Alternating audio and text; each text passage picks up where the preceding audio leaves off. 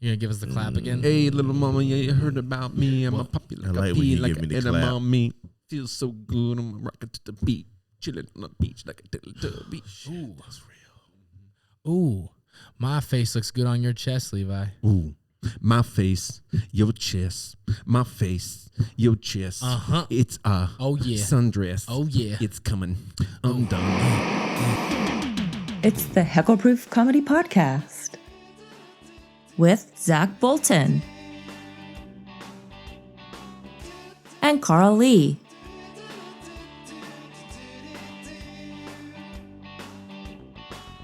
And Maddie J.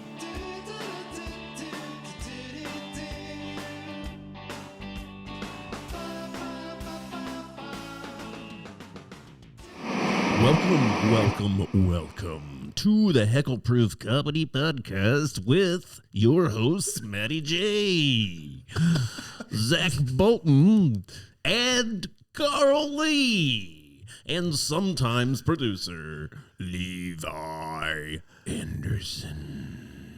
Levi is the behind the curtain like Oz. Right? Levi is in the closet producer. He's the slightly okay and less powerful Oz. He's back there. Slightly okay. I am the powerful Oz. But no, Levi never wears pants. Right. No. Well, ironic enough. We won't give him his own camera, so he just hijacks exactly. him. He just sits back there with We're just over here looking at Levi's dick the whole time we're recording. If you ever see like a really unpleasant look on any of our faces in any of the podcasts, it's he just got Levi's erection. Junk is out again. And he got erection. Like starring Levi and Little Levi. It's like, who triggered that erection? Which one of us got? Right. It's the t-shirts. It's the new t-shirts. That's how we know. That's how we know if we're doing good in the episode. Levi's erections are brought to you by questionable content. Oh god! Hey, Levi just brought up these t-shirts. Hey, Heckleproof, we got that merch. Look at that shit. Carl wearing a double X. It's also a twin size bed sheet. If you need sheets, we got them. We do. Who doesn't want to lay down on? And all three of us and just snuggle in for a nice sleep. We call them ski. Can you imagine? I think we should make sheets actually. With the Heckleproof ski sheets. Right, the Heckleproof ski sheets. Coated with a special coating to prevent the skeet from absorbing. As soon as it makes contact. They're the most uncomfortable one-time use Wicks sheets. away moisture. But it dries up as soon as it makes contact. There's no wet spot. And no chance of pregnancy. So why did you guys get t-shirts with Donny Osmond, 50 Cent, and Eugene Levy on them? Oh, shit. That was good. Oh, shit. Wait, which one's Eugene Levy? Wait, why'd you call me 50 Cent? That's weird. Why would you call me 50 Cent? I would rather be Eugene. If I can be Eugene Levy, I would rather be him. Is that Eugene? Yeah, Eugene. Mm-hmm. I got the eyebrows you know who for that it. is, don't you? Yeah. Man, it does got the Took a eyebrows. Chevy to the Levy. I'm jealous of your eyebrows. Really? Yeah, them shit's nice and Not dark. my comedy, though. That's nice. Awesome. Where'd that come from? Like, I'm not at all jealous of your routine, but you have good eyebrows. I'll give you that. Good ass eyebrows. Where'd that come from? Jealous of the rhyme and the rhyme routine. Hey. Got good ass eyebrows. So He what? does. What? Let me see your eyebrows. Let me see your eyebrows. What do we have sitting here on the table? This is alcohol that Carl brought us since he doesn't drink alcohol. Man, let me see that shit. Let me see that shit. That's one thing about being a famous comedian in the Rogue Valley. People just love to feed your habits. But I don't have one except for my love for you, Jessica. That's my habit, girl. Well, you have a how habit. did you give that to you? Carl, you probably drink a shit ton. Here, take You do have Exactly. you have a habit. You have a habit You of got busting issues. into R&B. True. I would say that's a habit. There we go. So he just is this dope dude, man. Always come through. I think he's based out of Sacramento, but this is the company that he works Sacramento, California. Trust me. for. Is the Academy Awards taking place? Yeah, maybe. I think so. Actually, this alcohol is like at Academy Awards. Something he told me a story behind it, but we didn't remember it. he comes He comes in town once a month, and he just pulled out a bunch of this shit last night, man, and gave me in the comics some alcohol. So he just like swoops in like some kind of alcoholic angel. The shit is called Trust Me. Isn't that the shit? Like that's what you pull. Trust me. That's what you Trust pull me, before daddy. on that first date. Yeah. All right, let me see that. I'm gonna try something. Trust me. Pop it. I'm gonna try something, and then I want Zach to try this. Oh shit. If you're interested in sponsoring the Heckleproof podcast, this is an example of what we can do for you. That was good. So here's what it is. You don't even have to turn in a script. Oh shit. We take your product, and in real time, we design a commercial for you live on the air. It's about to happen right now. Because first of all I have to do is look at this so I know what I'm saying. So this is a All right, it's a ready-to-drink premix margarita called Trust Me, made in America. Got it. That's all I need to know. You ready? This is how good we are at Heckleproof. Okay, here we go. Here we go. And scene. When you step out of the box and go out on that wild Friday night, you want something new, different. Yeah. You want something that makes you feel visceral and alive. You want something that you can hand to a woman that makes you seem even more questionable than you already are. Oh, yeah. You want a bottle of liquor you pulled out of your pocket that didn't come from the bar that says, trust me. Yeah. Totally not made of chloroform and or Bill Cosby and or anything else like that. It's just a regular old normal bottle of alcohol, and you can trust it because it's in this beautiful font. And it's white, which is easier to trust. Oh, shit. Another thing you'll love about this bottle is that it's made in America, like most of us were. Oh. Trust Me is a pre-made margarita mix that doesn't require anything except for you to just go with it. Let's face it. Go with it. That's what we all do on a Friday night at the end of the bar call anyway. Crack open a bottle of Trust Me and get ready to get pregnant. And get ready to get pregnant. I feel like it would be hilarious to endorse this with like Bill Cosby doing a commercial. Exactly. So what would your commercial be for Trust Me, Zach? Again, we got to show him. We got to show him our talent, man. Well, like I said, it would have to be Bill Cosby doing it, leading the way with the commercial. You see, the margarita mix, and I don't put anything in it.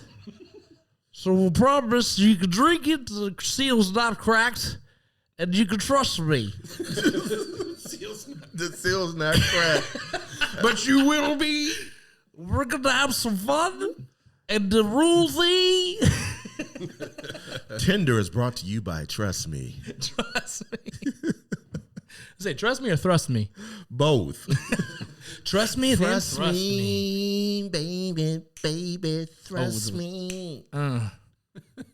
I like that we just trust this random alcohol that somebody shows up and drops. And on. we just plugged this guy. Acknowledge our own damn sponsors. We just plugged this guy so hard. Well, I was about to get to our own sponsors, but he gave us a $4 bottle of alcohol, and we plugged the shit out of him. We gave him a $400 advertisement. I feel like we just plugged Mag Dog 2020 from the local fucking thrift store. I mean, that was live. That was live on the spot comedy. That was solid. Matter of fact, that was the kind of comedy you can't normally get access to. Nah. This was live up front. You guys all witnessed writing happen in the moment.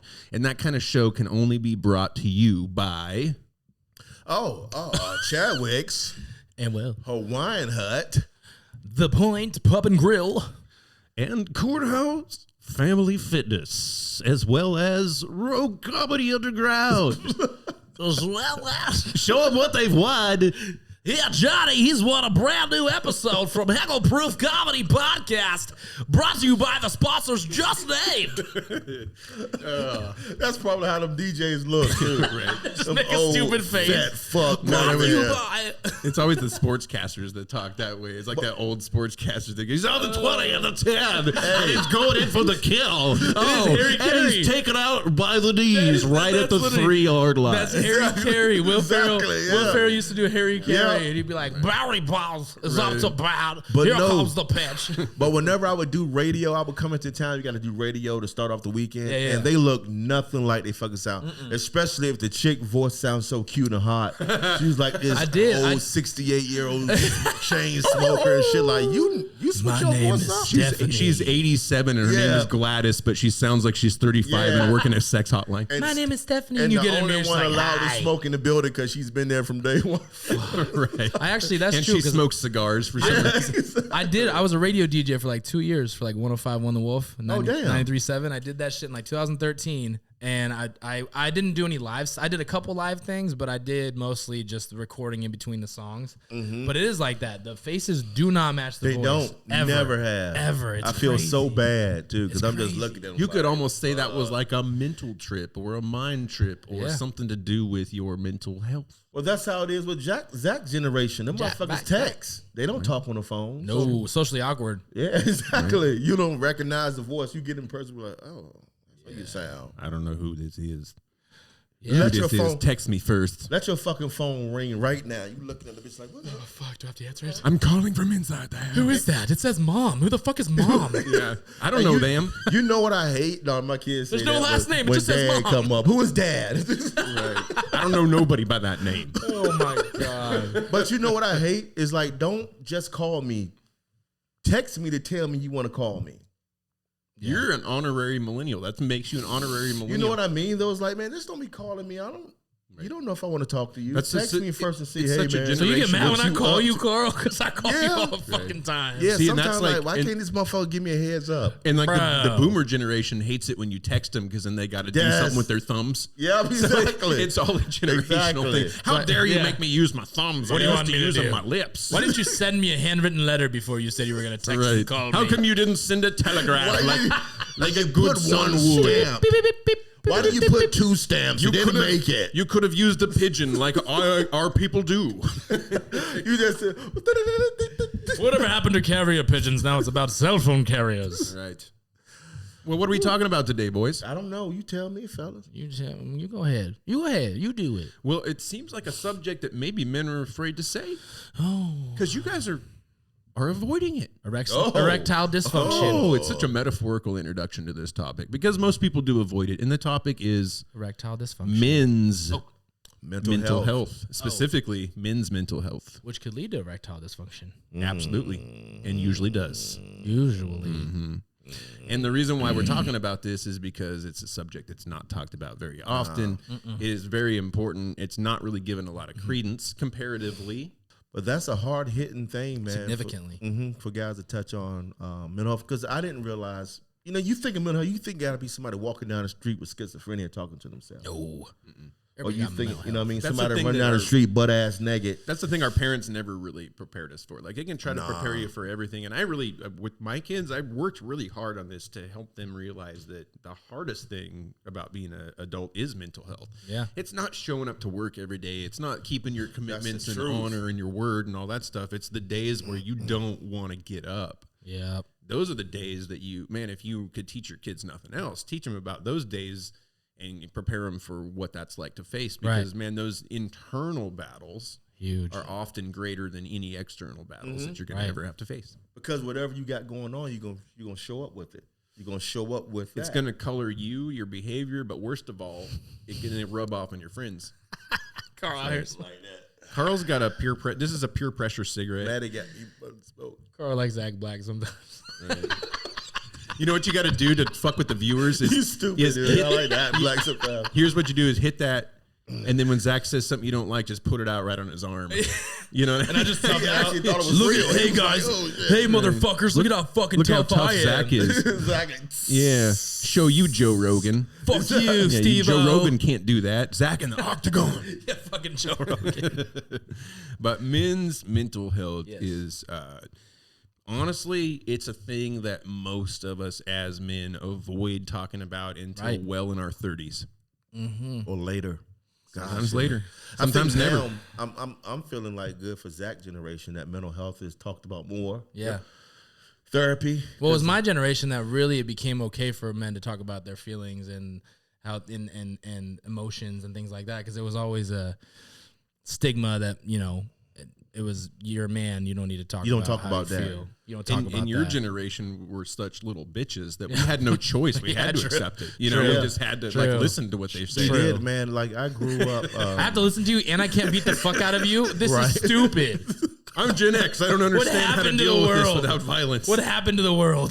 So it's like I see, you show up as a kid in this world, and Yeah. me, I was raised a lot by my grandparents because I enjoyed being around them. But guess what? They had mental health issues, but I never knew it until years. From a grown ass man, they passed away. Like, what? Grandmother had that going on? Yeah. She had trauma like that? They never Grandpa, showed it. They never showed No, it. they didn't. And then Let alone talk about It's it. suppressed. and my mom, I remember my mom opened up about being depressed. Right. I remember as a kid looking back like, damn, you were like, she slept a lot. She avoided. Huge depression. She sign. avoided. My mom used to have me call in to work. I'm like 10 years old, calling the job like, my mom not feeling good again. Oh, I thought you said you were working at 10. My mom used to I was have me 10 calling years her old. job. My mom was batshit crazy. I was working at 10. Yeah, exactly. She was just My off mom in the was weeds. my mom was sleeping, and I had to call into work to take care of her when I was 10. My mom used to have me call in to work for her. Jesus. So Yeah. for you, Damn. your first experience with mental health in any way came from the family. If my mom looked back and saw a shift in me when my dad died. Right. When you were a kid, did you ever notice any of this stuff in your mom, or you bought the line that she was fine? I didn't know. I just know my mom was always good to me. She never fell off. She was always good. But when she looking back, I was like, "Oh, you were depressed." You were like, "Yeah, I slept a lot. I avoided life and just wanted to, And Now, have you ever had anything on your end? Have you ever felt that as like a long-term thing, more than like temporary depression? Have you ever felt that as like a thing that comes back or not? You mean for my own personal shit? Yeah. Yeah, man. I remember, boy, I was going through it. And what it was I was very angry with myself and embarrassed with myself because I dropped the ball in life and I wanted all these things that a man should have, and I avoided it because The work to get it. And I dug a hole so fucking deep, and I was telling myself a story that eventually fucked me up. So I was very depressed and upset with myself because I wanted these certain things in life as a man. But you were telling yourself like, "Oh, I'm everybody fucked. else gets this, but I'm fucked. never gonna." Yeah. Right. Like it's for everybody else, but for some reason, life hates karma. Yeah, and as I was like touring, that's when it started coming up for me. I want something different. But it was like, fuck. What do I do? So was it like a little signs of success from those risks that made you realize like, okay, maybe I should take more risks? Damn right. It was in my faith. Right. My faith. Let go, let God. Once I let go, it was like I truly got to stop. I got to fucking stop and figure this out. Like stop. I left my relationship. I left the full-time touring. I just stopped and was like, I don't know where I'm going to end up, but I'm not going to stay there. Right. You know what I mean? Mentally and emotionally burnt out and running from myself. And I'm not. So like you said, once I started taking little steps to make improvement with credit, make improvement with this and make improvement with that. And it was just start coming. It's like, man, I'm starting to feel like somebody and just felt good. So it was helping me come out of that depression. Because all I was doing was shoving shit down, avoiding it. It was like, it's never going to leave. It's always there. Yep. Now, how about with your friends? Have you ever dealt with that within your friend group? Someone going through depression? A lot. Yeah. Mm-hmm. So the reason I'm asking these questions, I'm curious. The same thing for you, Zach. Have you in your family? Have you had any of that other than you've shared with us the side of addiction? Yeah. Stuff? Yeah. Oh, but, yeah. No. I mean, outside of the addiction cycle, have you had any experience in the family with anything like that, or do you think they kind of same way sort of hit it? Yeah, no, the same. I think I think I could definitely see it in my parents, much more prominent than like my grandparents. I definitely agree with the grandparent thing. I feel like that generation was like They were really good at it was keeping just a second nature to them. Don't talk about your problems. Who gives a fuck kind of thing. And then with my parents, it was just they made sure everybody knew that they were having problems or they were depressed or they were going through shit. And so same kind of thing. My mom she didn't really suppress it, but she would sleep. She would sleep. Yeah, exactly. Yeah. She would sleep. She would play the victim. She would, Play the victim. Yeah, and that was a lot of it. And then my dad was the same way too. Is the same way. No, I'm not. Not my black dad. And then you mentioned before, like when in your own struggles, like with gambling, for example, did that trigger depression for you?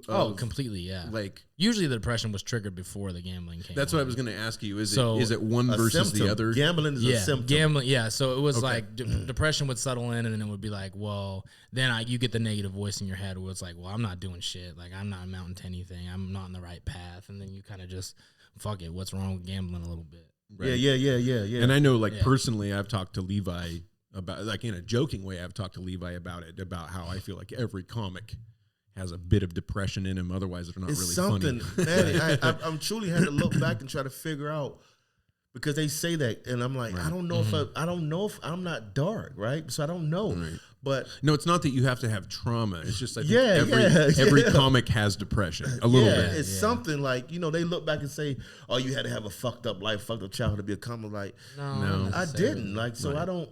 But they like making people happy too, and it does really help. It does really help. I do feel like It a lot does. in comedy. Richard Pryor, thank you for all the shit you went through, Richard. Because But so the reason I ask all those questions and took that time to ask those questions is I personally myself, I've seen it within my family. I've seen it within myself. And so now you've got 4 of us in a room and we're 4 for 4 in a room. Yeah. Both in our families, mental health was present or mental health issues present, and then also in ourselves. So that's 100%. And it's a good thing to bring up if you are listening to this and you're like, yeah, I'm on the fence about it. Maybe I have some mental stuff, but it's not really time for me to think about it. Might be time for you to think about it because 100% of the people in this room have issues in their family and in themselves. And we are people who, if you met us and you talk to us, are considered to be pretty upbeat, normal, friendly people, well-adjusted. We all got shit. Right. And so with that thought, I hope you explore this episode and realize that anything that you don't identify or take away as like something that you do doesn't mean you haven't done it yet. Yeah. It might come up for you. So as you listen to this kind of stuff and you think about men's health, it can be preventative maintenance to do this sort of thing. It's not always something you do because you're broken. Sometimes it's something you do before you're broken. Yeah, because I don't consider myself broken, but I do realize, like, wait a minute, like I was telling you guys about, my therapist was saying, talking about my teenage boy. And the way my teenage boy reacts, that's a part of my mental health. And for the people who feel me, who didn't know about that conversation, conversation, though, what Carl's saying is like when you communicate, sometimes you're communicating from your inner child. Your inner and child. So if you come out with something that sounds aggressive or it sounds angry, it's often childish, defensive. Your inner child is reacting to it, not your current adult person. And then the current adult person, what I've learned is for him, the adult in me, the mature, says, 1986 Carl, shut the fuck up. 1986 Carl. Relax. Take a seat. Yeah. Like, this is not that serious. Well, and I think that inner First voice, of all, the adults are talking. Yeah. Exactly. Sit your ass down. I think that Hold inner. up. Let me do it. Oh yeah, there you go. Sit your goddamn ass down. Put it out. Put it out, Carl. I can teach you how to very convincingly smoke a cigarette. I got it from I can tell you got a little bit. You got a little bit, but there's some. You got a little bit. The Italians patented it. I mean, if you watch an Italian the smoke French, a cigarette, right? no. I mean, the French smoked a lot, yes, and they do the French inhale and they do a couple fancy things. But man, the Italians made it a fucking art for them. I think blacks did. Black and milds. A black did. Well, the thing about the black men, like. The thing about most black men is they like the cigarette would just stay in their mouth. Goddamn wind blowing. The cigarette would just stay in their mouth. Yeah, they could be having a conversation just like that. Motherfucker. Right, they're working a job going on with and you? smoking at the same, not even taking a smoke break. They're just working with the smoke going on. You know what I mean? You gotta get the fuck out goddamn yard. And like the Italians are the opposite. You only hear the last word of the The Italians are the opposite because it's. The Italians are the opposite because it's never in their mouth. It's always in their hand. Like you don't even know why they have it lit because they're just doing this shit. It's so funny. The different cultures. And every time they're mad about something, they flick their ass. You know, it's always, you know what? You know what this motherfucker did? This motherfucker came into my house, and this motherfucker right here. But also blacks can't even, because they gotta tell you a story, so they interrupts to lighten it up. Yeah, they never light it. They're almost lit. It's almost always lit. Every time with his motherfucker, I tell you, man, you better get the fuck. And that's what I told Mary. And then you know what else I fucking like? He's about to light it, and he's like, "Fuck." I got a friend that's like that, but only with joints.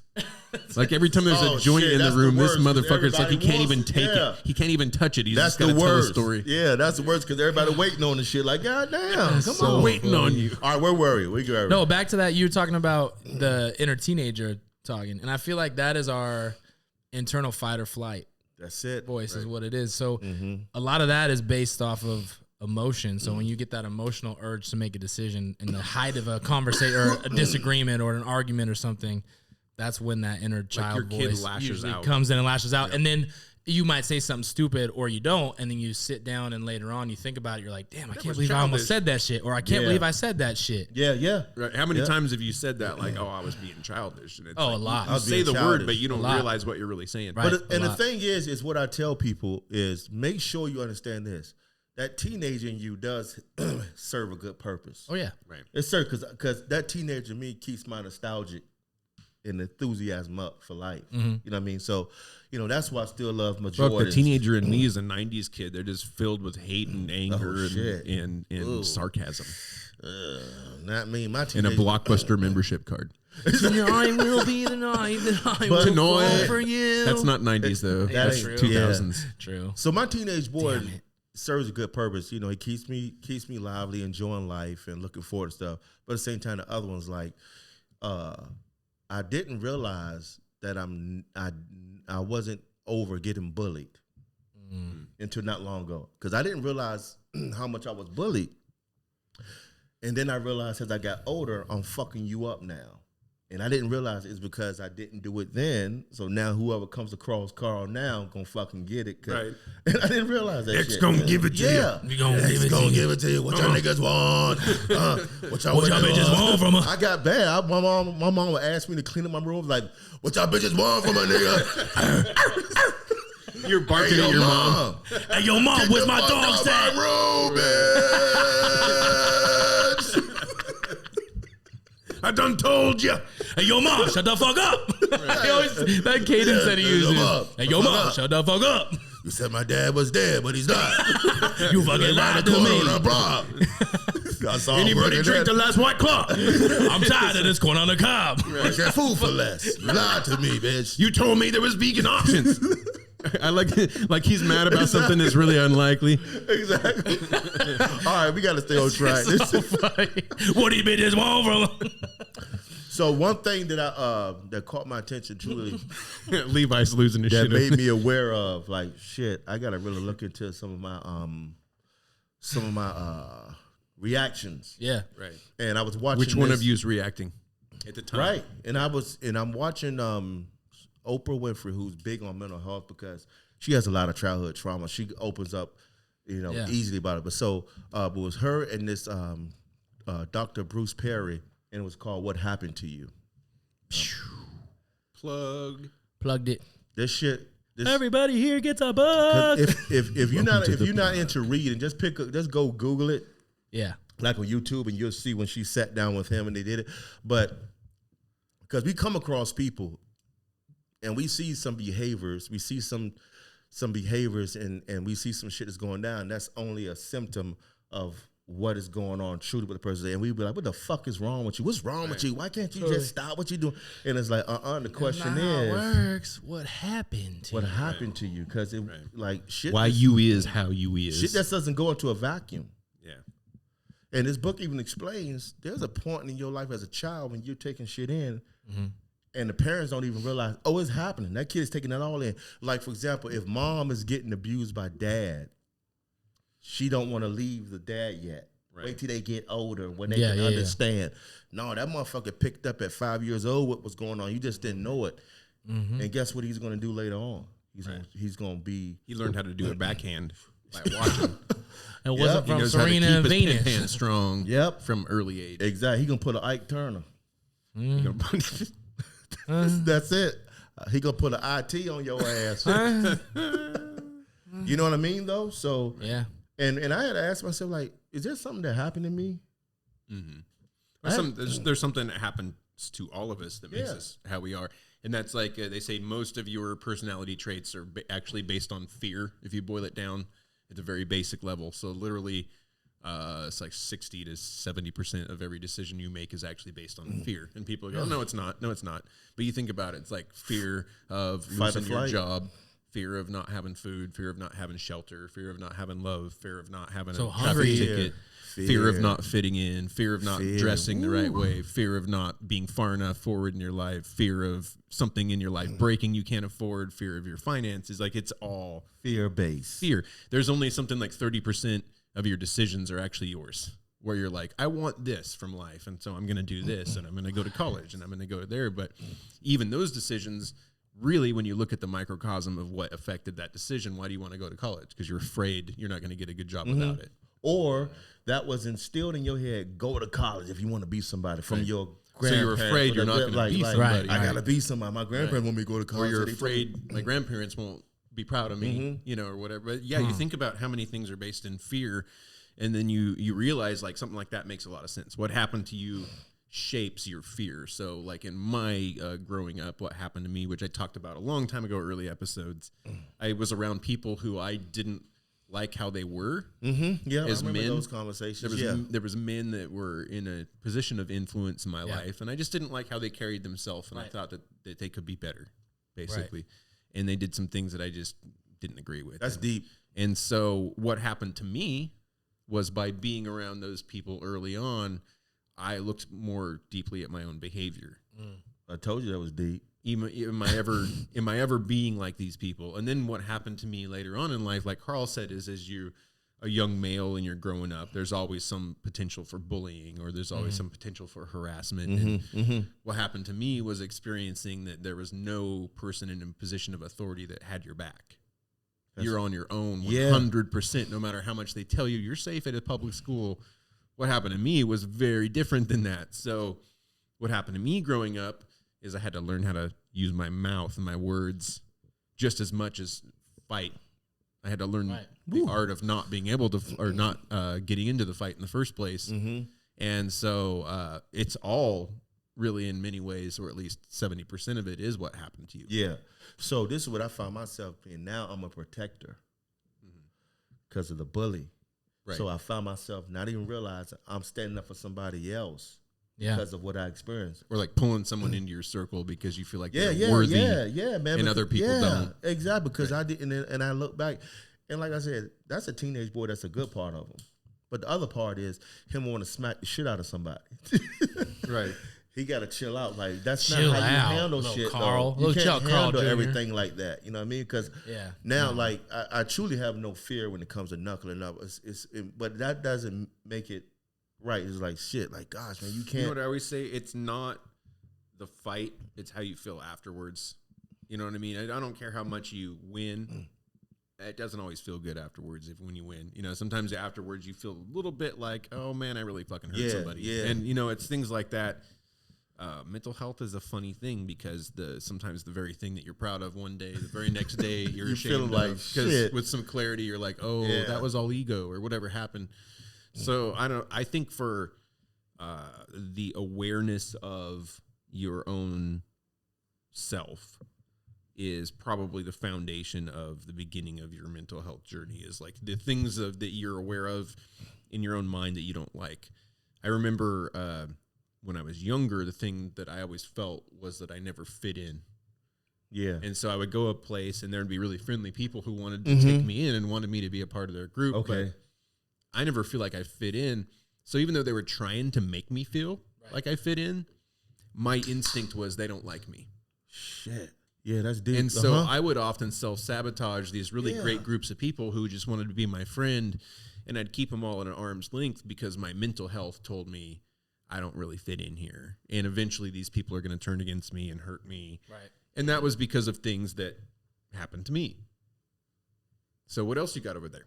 Yeah. What? Oh shit. That's a good question. I'm glad you would segue into that, because this is a dope book that we can, that all of our experiences we can take this. A dope book? I thought we were doing mental health. What? A dope book. You can't use drug I said references a with dope Carl. He book. doesn't get it. Oh, I didn't know what he said. A dope. You said it's a dope book. Yeah. So I was like, So you know how like sometimes we make ourselves sound old? You made yourself sound really young right there. that's- That was better. That was a white joke. Sorry, Carl. Everything happens for a reason. Finding the true meaning of the events in our lives. Everything Kirshenbaum? happens for a reason. So that sounds like a continuation. Like what happened to you is realizing shit happened, and then that's I that got book. this shit. happens for a Okay, I reason. got this shit in the dope order. Yeah, you do, because that one then sounds like, okay, well, here's what happened to me, but then what did it do to me? Yeah. So I think I look at me not having a dad in my life. Other than me. Be your daddy. I'll be your daddy. You were Carl. just We my all mom. feel- we You all were just fill my in for each mama other. boyfriend. It's- That's all you. You was just my Hey, mom. I was a very significant You part were of her just my mama's life. boyfriend. You wasn't with me shooting You in won't the know gym. dadder than me. I was You a always with significant me in the gym. I was a significant part of her life for 2 weekends. Don't deny me that. All right, fine. You did bring us some Popeyes. I did. Popeyes Chicken is a establishment that took place in anyway. Brought to you by Maddie J. They don't know about that. But the love that my mom instilled in me, the way she raised me, the way she showed me the way she took care of me, the way she went in was like, I got to raise this boy. I got to do right. So she was just like everything. So I benefited from her saying, okay, I got to compensate for him. And she didn't do it in the way that, enabled me or block. She just did it in a way like, because when she left my dad, she told him, when he turns 18, I'm going to bring him back to you and I'm going to show you what he's become. But he died when I was 10, so that never happened. Right. But she wanted her revenge. If you right, exactly. I'm going to show you what Carl became without you. The way she raised me, and then I had my aunts and my grandparents and my uncle, was truly a village. Yeah. So I had that dope experience with all of them that just raised me. So I never felt like I was coming from a place of lack. Right. As a man, I had my uncle who was my everything. This guy took me to wrestling matches, took me to concerts. When I was playing in summer league basketball games, I would go up. It was like driving up from here to like Eugene, and I would go see him. He would take me to the bit. So I had it all covered. You know what I mean? So, and this is the crazy thing. So my dad had 4 kids, right, by 3 different women. And the funny thing about, because you know how you ever hear like so many people can experience the same, not experience the same shit. Like, okay, here's an example.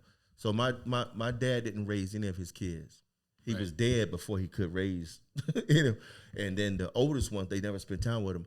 But all of us went about our lives in a different way. Like, you can look at me, you look at my 2 sisters, and you'd be like, y'all doing all right. But you look at my brother, who is fucked up. My brother's stone cold addict, fucked up. And whatever happened with not having my dad really fucked him up. Mm-hmm. And then it's like, damn. It affected him differently. I mean, and then and my mom realized your brother is your dad. I said, shit. Damn. Or he's becoming him very quickly. No, he already is. My brother's 56. Yep. He's been in that spot. Like, shit. Whatever he didn't get from my dad, whatever, for what reasons, you becoming, because my brother's not even a good father to his kids. He hasn't been available. You know what I mean? So the same shit our dad did, you doing. So it's that crazy shit. Like, I can relate to that. I can see that with my siblings. And so I have a lot of compassion and empathy for him.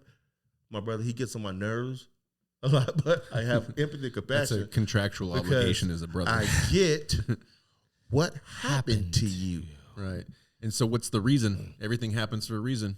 So in that case, you're saying the reason is to help formulate you into a better version of what is possible through your bloodline. Yeah, because it didn't stop there. Whatever you experience, that doesn't define you. Right. No. It don't stop there. And then like we said earlier, it's a motivator, because now it becomes a fear. Yeah. A fear of turning out that way. So you got somebody like him, and all of us 3, we fucking amazing dads. Mm-hmm. You know what I mean? And then you look at what could have been.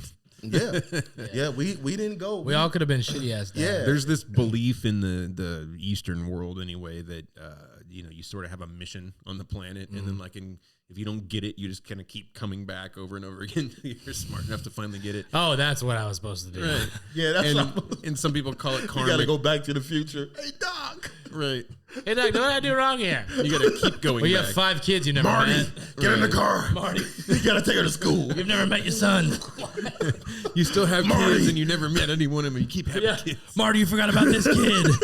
Marty, shit, Doc, your son got a wicked jump shot. Get in the car. Let's go. Marty, get in the car. Your son's LeBron James. Oh, shit. We gotta go back to the timeline. Just names them out. Marty, get back here. LeBron James is your son. Get in the car. Oh, shit, I better get in that car. Fuck, dude. And what has helped me to be able to say this question, what happened to you, is when I come across people who are, maybe I feel threatened by them or something that makes me want to I'm going to fuck you up. But guess what? Something happened to them. Yep. Right. Yep. I think that's the biggest thing as humans is being able to understand that, take a step back, and because people are so easy to judge by someone. Oh, they're a drug addict. Fuck that person. It's like, no, there's something that happened to that person that they don't know how to deal with it. They don't know how to deal with it. You should have some empathy for that person. Yeah. And realize, maybe they've made a ton of bad decisions and they fucked their life over and they keep making the bad decisions, but there's, a deeper rooted problem in there. It's deeper than just the surface of that's a drug addict. Why are they a drug addict? Why are they crazy? Why are they fucking making these bad decisions? It's because of things that were never dealt with. Right. And I think people oftentimes fear the idea of counseling or therapy because it's going to somehow shine a light on something that you don't like. Yeah. But it's like the whole point of it is to shine a light on something you don't like. Wrong with you. That's the whole point of therapy. That's the whole point. That means something's wrong with me. Yeah. Let's tap into that. Right. I think, and if you get in your head the idea that something's wrong with all of us at every point in time, you're never perfect. I don't care how many thousands of dollars you spend on therapy. There's still something wrong with you at every point in time. And it could be something tiny. Yeah, but it's always there, and that shit manifested. The idea of mental health is in the 70s and 60s. The idea was like terrifying because if you said too much about not feeling normal, you got straight institutionalized by your family because they didn't want to deal with you, and you were embarrassment. And the slightest thing that you did that wasn't normal could get you institutionalized. Yeah. And so now all of a sudden, if you feel like you're always sad, you're terrified to tell anybody because God forbid you're going to end up in a hospital where they don't treat you well. And then you move into the 80s and the stigma of mental health was around weakness. So if you expressed anything other than perfection, you were a weak person and that you weren't strong enough. And then as you moved into the 90s, mental health started to change because the generation in the 90s was so hell-bent on hating everything around them. It was like, we hate society, we hate this, and we hate that.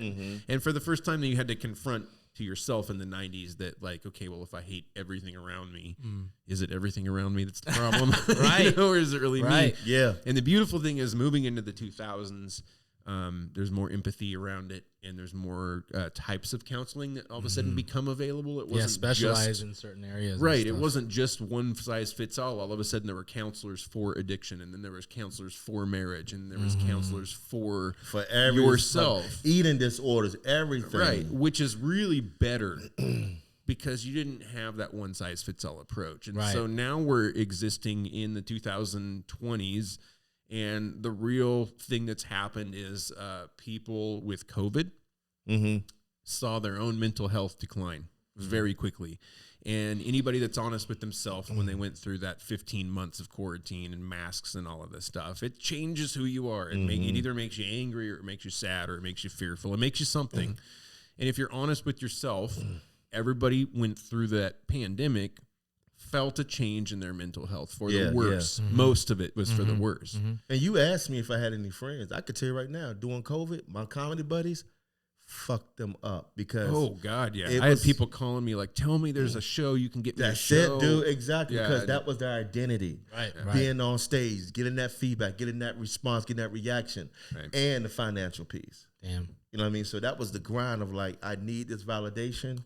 Right. And I need this money. Yeah, exactly. Yeah. And I need to get this money. But what's cool about now is a lot of the advances in mental health have been more around society's acceptance and less around any breakthroughs in the treatment of mental health. And so now it's become very normal and in fact, it's if for a potential dating partner, it's become very healthy if somebody that you're seeing talks about the fact that they go to counseling and that they're actively pursuing their mental health. But I think what's safe is this kind of stuff. So like if you're on the fence about mental health and you haven't talked to anybody about stuff going on in your family, because it doesn't have to be your stuff. And that's the other thing that people, it's not always you. It's like if you're that single mom that's raising kids on your own and you're on the edge because you're constantly pushed too hard and you don't have enough money and time and ability and no one's helping you. That affects your mental health every bit as much as somebody who thinks, wow, that's weird. I talk a little too much to myself in the back of my head, or maybe I'm a little too OCD about stuff, right? So if you're on the fence about it, these books are a great way to start, like just on your own. Yeah. Being a little honest with yourself. They force you to examine your thought patterns and behavior. Yeah, you hit the nail on the head because I was doing some, self-reflecting, and I took a trip to Barnes and Nobles. Right. And this is just some of my books. So I took a trip to Barnes and Nobles because I'm like, I want to learn. I'm learning more about myself, and I want to see, what it's all about. Because I'm just not gonna be like, well, I'm good. And it was like, no, I'm totally fine. Yeah, because nothing's ever fucked me up. I've never liked settling. And if something comes up for me, that's the universe, God, whoever you want to say is source, whatever you want to call it, is telling me, let's get in touch with yourself because now it's time to grow, go to another level. You know what I mean? And that's all it is for me to evolve. Like, yeah, that's a good point. If anybody out there hasn't gone through any of that stuff or hasn't started looking at it, that's the reward, is that it does all of a sudden feel like growth. Even when you start analyzing your own individual behavior. I mean, for example, it's like, why do I do the things in the order that I do them every morning? Is it because I like that, or is it because it's the most efficient? Or, for example, like examining my own behavior, I identified that everything I do, I'm locked into efficiency. Like I'm so rigid about the order of things because I feel it should be this faster this way and it's more efficient this way. But in examining that, realizing that I'm very rigid about it. So I like to plan the thing. Like if we're going to do a group thing, I like to be the guy because I feel like somebody else is going to fuck it up, right? And that comes from producing shows and things like that. I'm the leader, and if I'm not doing it, they will forget about these important details. And it's like that requires you to look at yourself and go, am I maybe a little too much? Could I maybe unclench a little bit? Could I maybe give the people around me a chance to prove themselves to me so that I don't think I have to do it and give yourself a chance. Right. And then you grow. Give yourself a chance. Let go. And you give them a chance, and they grow at the same time as you do. As a dad, man, raising my daughters, I always ask them to please focus on. Zach's like, pass the dochi on the left on the side, man. I always encourage, I want my daughters to please focus on being the best version of yourself, being that independent person. Like, it's very important to make sure it has a unit when you with your significant other, because 2 of my daughters are married. Right. And no, actually 2 of them married and 2 of them have significant other boyfriends. And I always want them, don't depend on that other person like that. Because, and it goes back to like, when you share in a household as a man, and that's my issue with like, I'm looking at my daughters like, as a man, but it's like, oh, that's me. Right. That's not their guy. Right. They don't see like, so I had to back up and be like, okay, that's not how he's going to be. That's just how I would be in that. Yeah. As a man, like, I don't. That makes sense. Yeah. So I had to ease up, like, well, let them figure it out because they know how I am. I always say, hey, you see the way I treat you, the way I love you, make sure they do that same thing. And guess what? No, it won't happen. Right. Because the way I. You can't teach somebody not to touch the burner. Yeah. And so it's one thing like, until they touch it. Because I cherish my daughters. My daughters are like the world to me, like watching them become women and being protected. Like, so, but I'm like, fuck, man, not every guy gonna roll like that because they don't have that going on in them. Like, you know, they could be the opposite for whatever happened to them. They don't respect women. They don't have that. You know what I mean? They don't have that thing because whatever happens to them, like, I don't know what it means to have a fucking mom, dad. I don't know how to treat a woman because I ain't see that shit. Or I saw it this way. It's like, so I gotta let them walk their walk and figure it out. Right. So what else is down the line? Okay, this is something that a lot of men, like, this is something that hit me hard a few years ago, right before I was settling down with Jessica, is emotional intelligence.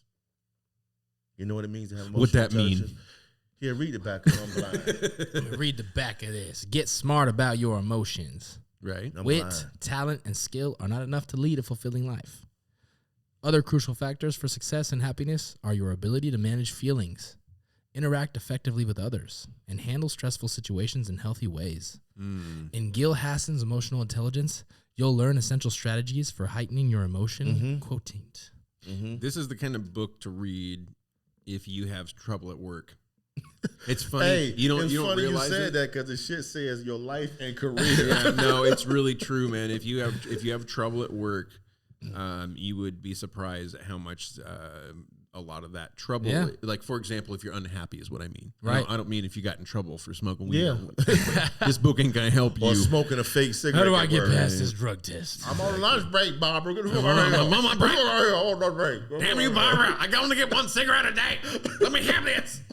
But the thing about getting smart about your emotions, it's quick example of this. I worked in the hospital in the supply department. It was my job to deliver medical supply to all the different departments within the hospital. So I'd have a cart, and they'd give me orders.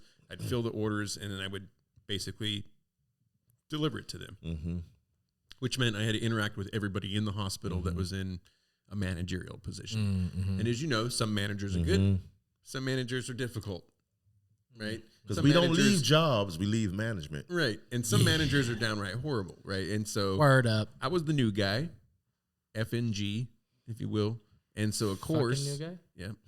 I was trying to. So, of course, the Yeah, FNG Fingered new guy. gets all the new jobs that nobody wants, or the jobs nobody wants, right? Because they're the new guy. It's Oh, yeah. Yeah. Let's yeah. send him to the places where. Oh, I did some Right. shit like that. And so this kind of thing was really helpful because there was a great situation where I was sent up to deal with this woman who was in charge of a department. She was so infamous for being horrible to people around her that people were afraid to interact with her. Literally afraid to even talk to her or make eye contact for fear that they would have to interact with her. She was known as a bully. Shit. She was known to yell at people and berate them and make them feel stupid. And it was a big deal. Like So Lady and Matilda. these grown-ass men that I had just started working with at the hospital who had been in this job for a long time were like, nope.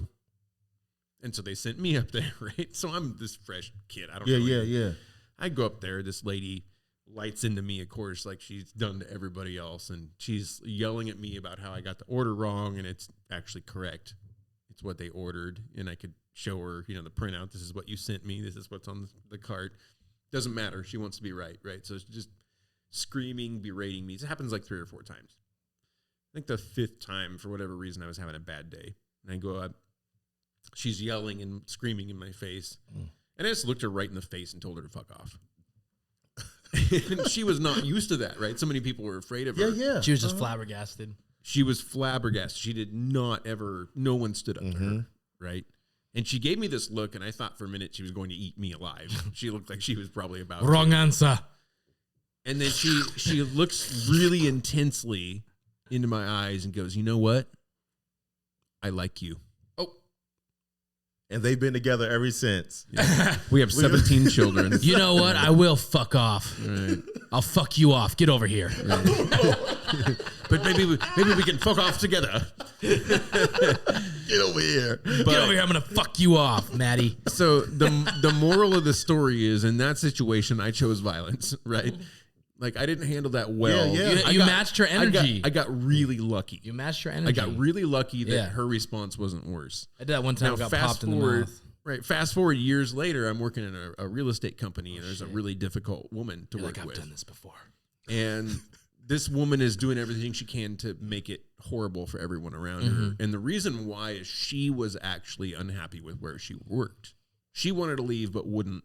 And so she was making everybody else around her miserable as a Right. reflection Damaged of her own people. thing. At this point, it's Her years. people, her people. There we go. At this point, it's years later, and I have emotional intelligence on my side. Emotional. And so in emotional damage, Emotional damage. instead of reacting in that same way of violence, if you will, like, you know what, fuck you. Right. My emotional intelligence realized that this woman was lashing out for something that had nothing to do with me. Yep. And so it allowed me to literally just be really calm and collected and tell That her, happened to me this last week at my tell job. her, like, I'm Yeah. not going to do this with you. I'm not going to engage in this with you. Yep. I realize that you're upset, but you're not going to be able to get me to that point of also Right. being upset. So we have to either agree to disagree and not talk about it, Yeah. or fuck. I need Fuck. you to adjust your expectations of me getting mad about this. Right. And it's that kind of thing that helps you in your career deal with difficult people. And it also helps you realize a little bit in relationships if you might be with the wrong person and you're sort of getting bullied in certain ways because you're allowing it to happen. That's an a good emotional point. intelligence point too. Totally. So these kind of books about emotional intelligence are not about just making you feel stupid. It's about giving you coping skills for And things that happen. understanding who you're dealing Well, if with. we read the rest of this Because like you portion- said, it has nothing to do with me. Right. Right. So the rest of this was in Gill Hasson's Emotional Intelligence, you'll learn essential strategies for heightening your EQ, which will help you recognize and navigate the emotions of others as well as your own. Hasson explains how to, and these are all the bullet points, be more assertive and confident. Express how Like you... saying, fuck you. Yeah, fuck you. Oh, yeah, then come fuck me. Said that shit easily, huh? High five. And by the way, say it like Ice Cube. Put a spin on fuck. You got to use that F should sound like a gunshot. Fuck you. Fuck. Express how you feel, what you want, and what you don't want. Understand what others are feeling and forge stronger relationships. Handle difficult situations, events, and other people. Manage office politics and navigate the social complexities of the workplace. Manage anxiety, anger, and disappointment. Deal with bullying, Carl. That's a big one. Motivate and inspire others. Carl's flexing his titties. Yeah. Carl deal with bullying instead of flexing his titties. How to flex your titties like Carl Lee. How to mesmerize your bullies with your titties. So Levi gave us the cue that we got to wrap it up. So here is the last book. You about to say something, Levi? Go ahead, dog. Heckleproof Book Club. There we go. So this is 15 things you should give up to be happy. Now the thing is, don't take away my joints, Carl. There we go. So the thing I hope is, my joints aren't in that book. What people joints custody. What people, I don't know if people consciously are trying to be happy, because that's it. Like when you think about, oh, I want a relationship, I want this job, I want this, but if you really think about it, you just want to be happy. Right. You just want to be able to enjoy life, enjoy the moments, because money don't make you happy. The things you can do with it, enjoy it. You know what I mean? Relationships don't make you happy. It's an experience. So that's the thing about a lot of people they always looking at, I got to have this in order to be happy. It's like, no, you might want to work on being happy before you get that so you can sustain that, so you can enjoy it. There's that common saying of like, once this happens, then this and happens. it will never will be. It's like, oh, well, once I get my house paid off, things will be perfect. So no, they won't. And how won't. about you, Maddie? When you bought this house, were you saying, in order for me to be happy, I got to get this house? When I get this house, I'm going to be so happy. I got this house, like we talked about earlier in the episode, very much in a place of fear. Mm-hmm. I was in a place of fear about rent going up and up and up, and me not being able to compete with that. And I better lock in a rate now that I know I can afford, because if you don't, it's just going to go up. Fear of not being able to provide for my kids. I knew as my kids got older, they want to move in with me, and I better have a place. And I really wanted them to have a great place. You go. Yeah. After their experience. And not that they didn't have a great place, but they've had a difficult experience in the last few years. So I wanted to provide a exactly nice, tranquil setting for them that gave them their own space and they could have ownership of it. And so I bought it from all sorts of places of fear. But once I got it, it's only replaced with a new set of fears. It's like now it's like, well, the roof is going to hold up. That's exactly what I was asking. Yeah. There's a water leak. Yes, exactly. Because once is Levi ever going to leave after we film, or is he going to stay here for 2 hours? Is he going to put his pants back on? Right. Will Levi ever wear pants? Why is his dick always out? And that's why I asked that, because once I get his house, I'll be happy. Once I get his house, I'll be happy. No, guess what? Now you got to clean that bitch. Yeah. Now you got a whole new set of problems. Now I got to cut this grass. I got to keep the plumbing going. I got all those things. And that's what I always tell myself. There's actually a center in your brain responsible for that chemical reaction that always keeps you going to the next thing. And it's done as a survival instinct. It's kind of like a reflex in your brain that's there to help you progress. And it's the reason why we have things like medicine and electricity and stuff like that. It's because it's that constant human desire for more, to keep pushing. Like we went to Mars, now we want to go further. We went to this, we can see in our galaxy, now we want to see further outside. Right. There's always that push for more and more and more. And it's healthy and it's unhealthy depending on what you're pushing towards. Yeah. But that's why I think, when it's saying things you should give up to be happy, it wouldn't surprise me if a lot of those things are there. Tell us what it says, my man. When PurposeFairy.com founder Luminita Saviuc posted a list of things to let go in order to be happy, she had no idea that it would go viral.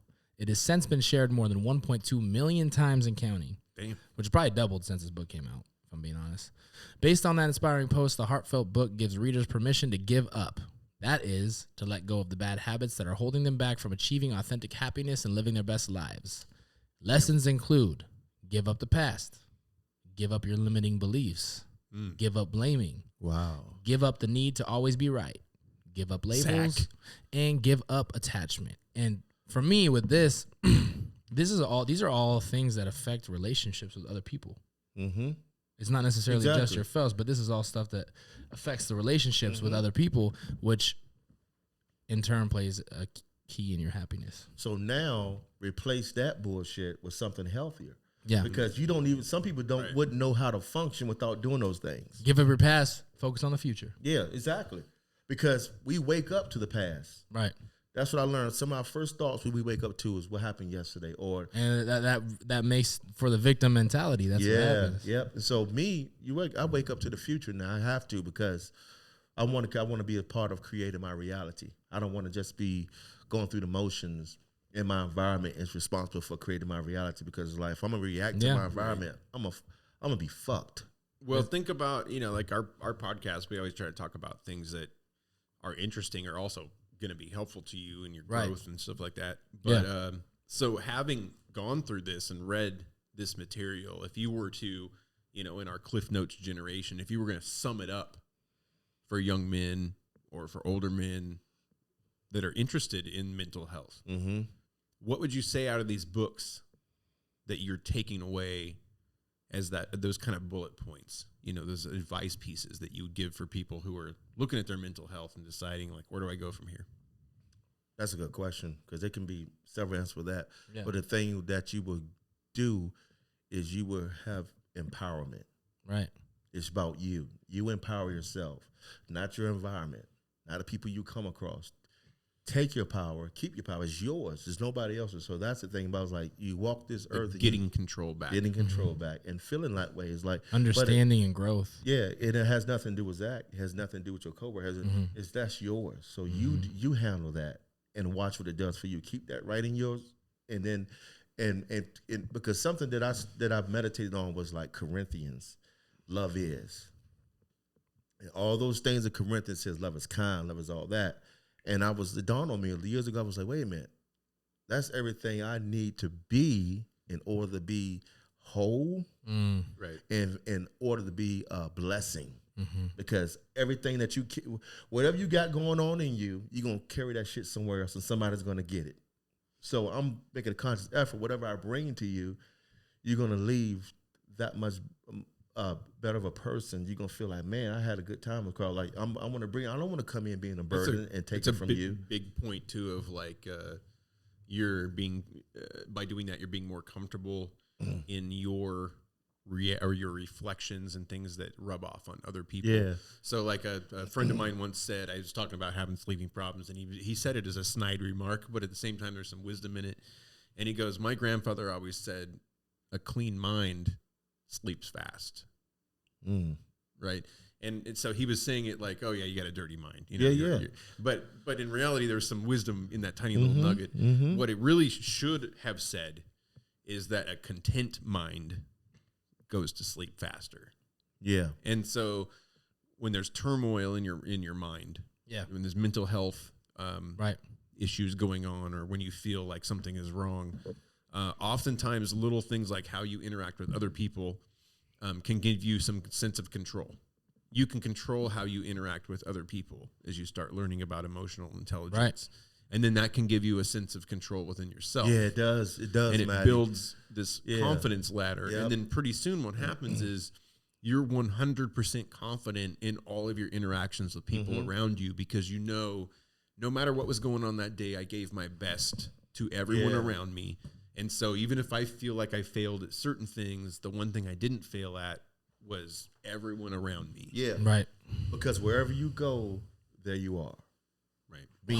Meaning I'm hanging out with Zach. Zach gonna get this attention. Yeah. I'll go to work. What Carl? Yeah. What you're gonna get? You're gonna get the same Carl. I go to work. They're gonna get the same Carl. I'm not gonna have to. I'm just coming in. I'm comfortable with what I'm bringing. Yeah. So all right.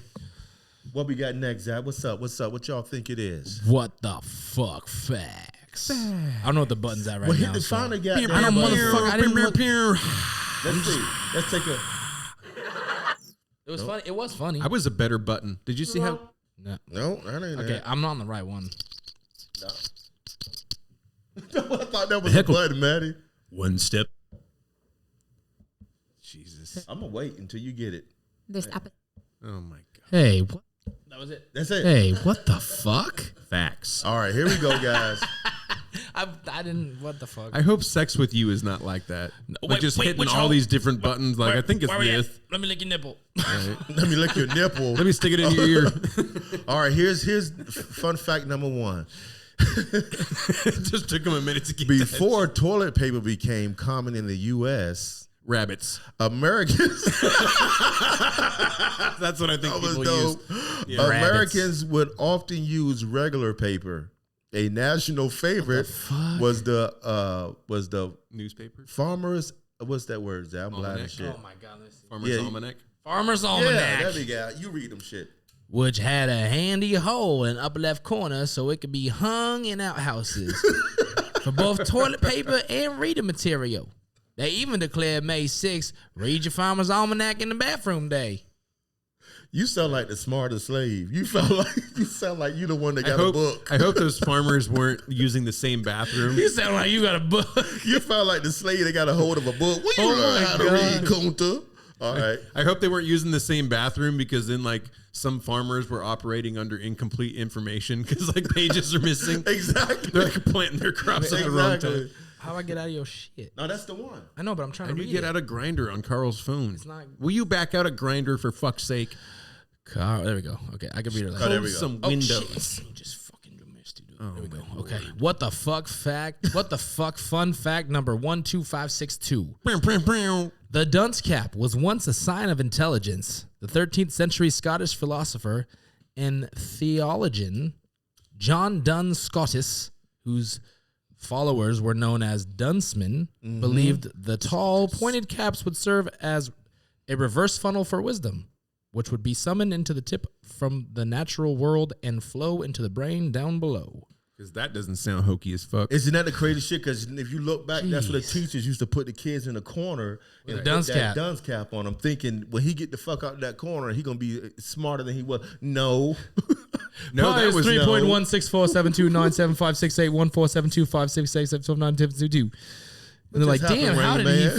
fucking... Exactly. How did he know all the numbers to He pi? came out the corner with a British accent. Teacher, I would apologize for my behavior. Miss Sullivan, I'm so sorry for acting like rubbish earlier. Exactly.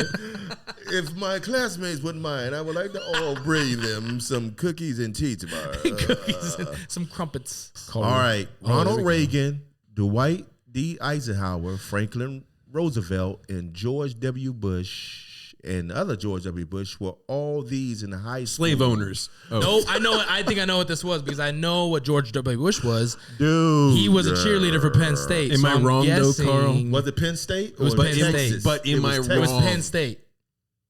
But am I wrong though, Carl? Let me check. It was Penn State. Was I wrong? Because slavery was out by did then. did I stutter? It was Penn State. I'm pretty sure. Let me check. I think slavery was done by then. So Really? oh, that's deep. That's deep, Maddie. I thought he went to a Texas school. All right. What was the real question again? I'm sorry, I got on a tangent. What about it? Roosevelt, Reagan, the Bushes, Eisenhower were all cheerleaders in high school. Oh yeah, male cheerleaders. Yep. Mhm. Yep. I do I remember love that. the way that you said Dwight Eisenhower's name. Okay. D. White Eisenhower. D. White, You know the white one. the white one. Instead of Black Eisenhower was actually my favorite. It's a Yale.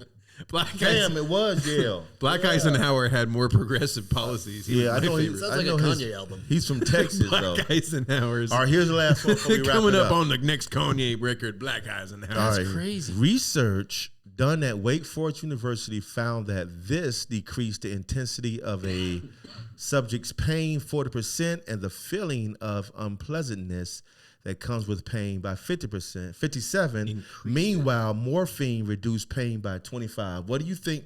Increased it? Wait, read it again. I was trying to find it. No, it decreased. No, it decreased the intensity of pain by 40% and the feeling of unpleasantness that comes with pain by 57%. Meanwhile, morphine reduced pain by just 25. Heroin. No, so it's something that we don't do. It's something that we actually do. You don't even realize we're doing it all the time, and it can be taken in negative shit or it can be taken in positive shit. It's called meditation. My man. Yep. Oh. Meditation. So meditation, That's how the monks did it. But research done at Wake Forest University, which is in North Carolina, found that meditation decreased the intensity of a subject's pain by 40% and the feeling of unpleasantness that comes with pain by 57%. That's quite a bit. Meanwhile, morphine just reduced the pain by just 25%. But if you were to take both, Oh shit! So now meditate. you have only 5% to 10% pain because you have the meditation on the morning. Now you're walking on sunshine. Listen to Maddie. I got some plans for everybody. We're gonna Walking meditate on and morphine. sunshine. Welcome to the Maddie party. I'm walking on sunshine. Here's your meditation mat and your complimentary morphine. All right, guys. Well, the last thing I want to say about this mental health thing, to me, it's a personal big deal because I went on my own mental health journey years ago to try to figure out ways to make certain things more comfortable, and that's what I really want to say about it. It's I never felt that pursuing mental health meant I was broken or anything like that. Right. But what pursuing mental health has done in trying to improve it and stuff like that is it's made life more comfortable for me. I've been able to have, working with counselors or working with therapists, I've been able to get these good coping skills for things that normally seemed really daunting or really painful about life. These cyclical things that happen all the time. What these books and what counseling and therapy can do is give you coping skills when those things happen so that you don't have to feel alone. And the great thing about a book is you don't have to admit to anybody anything is wrong. You can open that book and not feel weird. And then when you feel comfortable enough after the book, that's when you take it to an actual counselor or a therapist. There's only so much you can do on your own. Only so much you can do on your own. Yeah. And it's important to say that. So if you really have something in your life that causes you pain or turmoil on a regular basis, you're not stuck in that. You're not stuck. And you have choices. Yeah, and that's the thing about it. When my therapist made me aware of my teenage boy, I was like, holy shit. Holy shit. That brought so much clarity and so much opportunity for me to grow now because I get it. Like, and I can feel him. I can actually feel that fucking teenage boy. Like, that makes sense. You know, when she was like, and she's just an amazing therapist. She was asking me too, like, how was I raised? Which led her up to be like, oh, you got a teenage boy, like you were so independent. Right. And that's why you stopped progressing. You were so independent, like your mom gave you so much growth. Now that's if anybody comes if they're trying to, that is like that fucking shit, like, oh shit, because I never experienced that until that's what my relationship was. So I'm thinking concept I'm being controlled. Right. That concept is that's what I told myself, which was like, you about to fuck yourself up with that repeating that shit. It's that concept of arrested development. Like you had something that happened to you at that one point that literally locks you into that age you are when you had to deal with it. Yeah. And then for years, you're still operating at that age point until you realize that you're stuck there. Like, whoa, move him out the way a lot. He can move so you can move. Like, why am I not making progress? Well, it's because maybe 21-year-old you is really in charge and you don't realize it because that thing that happened to you at 21, you never really worked past it. Yeah. Right. And so you delve into your emotional intelligence and you delve into what the reason is behind it and what happened to you and then things you can do to get rid of it. That's it. 4 ways to do it right there. Either get rid of it or work with it. Right. Or manage it because you got control. So it was like, teenage boy don't have control. The grown-ass Carl got control of this. And if we were really smart, we'd be super smart and have affiliate links set up for these books. But I ain't giving them money. I ain't doing that shit with them. We don't. We're not trying to get rich off of your mental health or anything. Oprah ain't putting nothing in on this. Oprah, put us on the show, Oprah. Yeah, we're not trying to make money off your misery, but go check out these books. And we appreciate all of you guys. If you have any questions for us about this episode, or you have any ideas for us about future guests, or questions that you'd like us to answer on the air, we hope that you contact us via heckleproof@gmail.com or heckleproofpodcast.com or anywhere that fine podcasts are streamed. Or you can reach Carl at 541. No, I'm just kidding. 8675309. Just give out Carl's number on there. 54112 Angus. Like in the movies, 555. Thanks for tuning in, y'all. And Carl, I hope you one day can give up smoking. I'm working on it. All right. I'm working on it. I'm gonna go to that man. You already got to. I'm out of this. I don't need this shit from you. I'm out this guy. Don't forget to like and subscribe, and follow us wherever fine podcasts are streaming.